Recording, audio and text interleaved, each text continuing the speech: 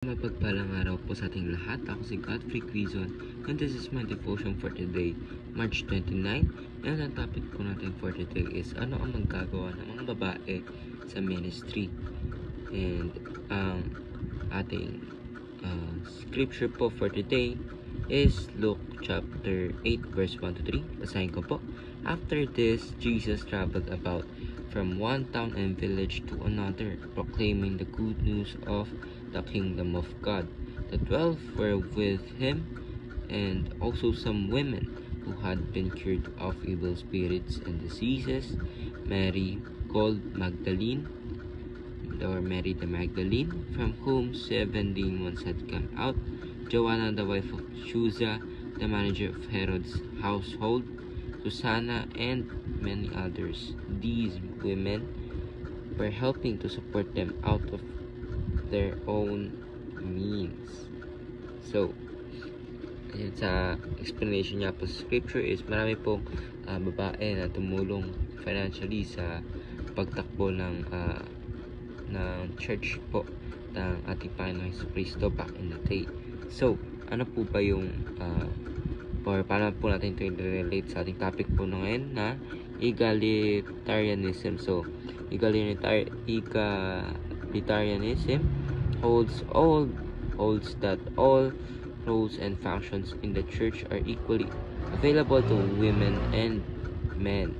This view emphasizes that in Christ there is neither male nor female, and that all believers are empowered by the Holy Spirit to serve our Lord God.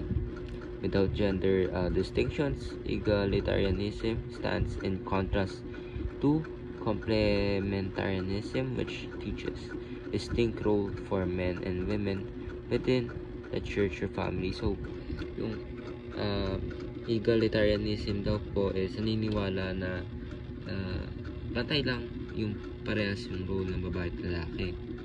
Where sa complementarianism is hindi, may distinct roles na sinusunod. So, depende na lang po ito kung ano yung paniniwalaan nyo sa mga churches, yung mga doktrina nyo about doon. Pero, our view ni Pastor Russell na biblical naman din, na biblical, na ang pagsunod o pagiging believer, pagiging Christian is wala sa gender. Kumbaga walang lalaki o babae, diba? Pero may mga distinct role po talaga tayo na inassign ng ating Panginoon na in order for us to function more or to be efficient. Kasi dito nga, for example na lang yung example ni Pastor Russell na kung wala yung mga babae is walang care, sobrang dry ng simbahan dahil tayo mga lalaki, of course hindi tayo ganun ka talino emotionally, diba? Yung awkwardness natin talaga sa mga tao, diba, hindi naman maaalis yun. So, that is why meron po tayong distinct roles na tinatawag. So, first teaching po natin for today is the Holy Spirit empowers all believers.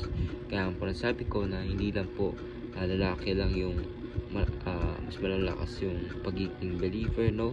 Hindi po, parehas po lalaki babae na binibigyan pong pahintulot ng ating Panginoon to serve Him, diba? So, hindi po yung nakaayon sa gender.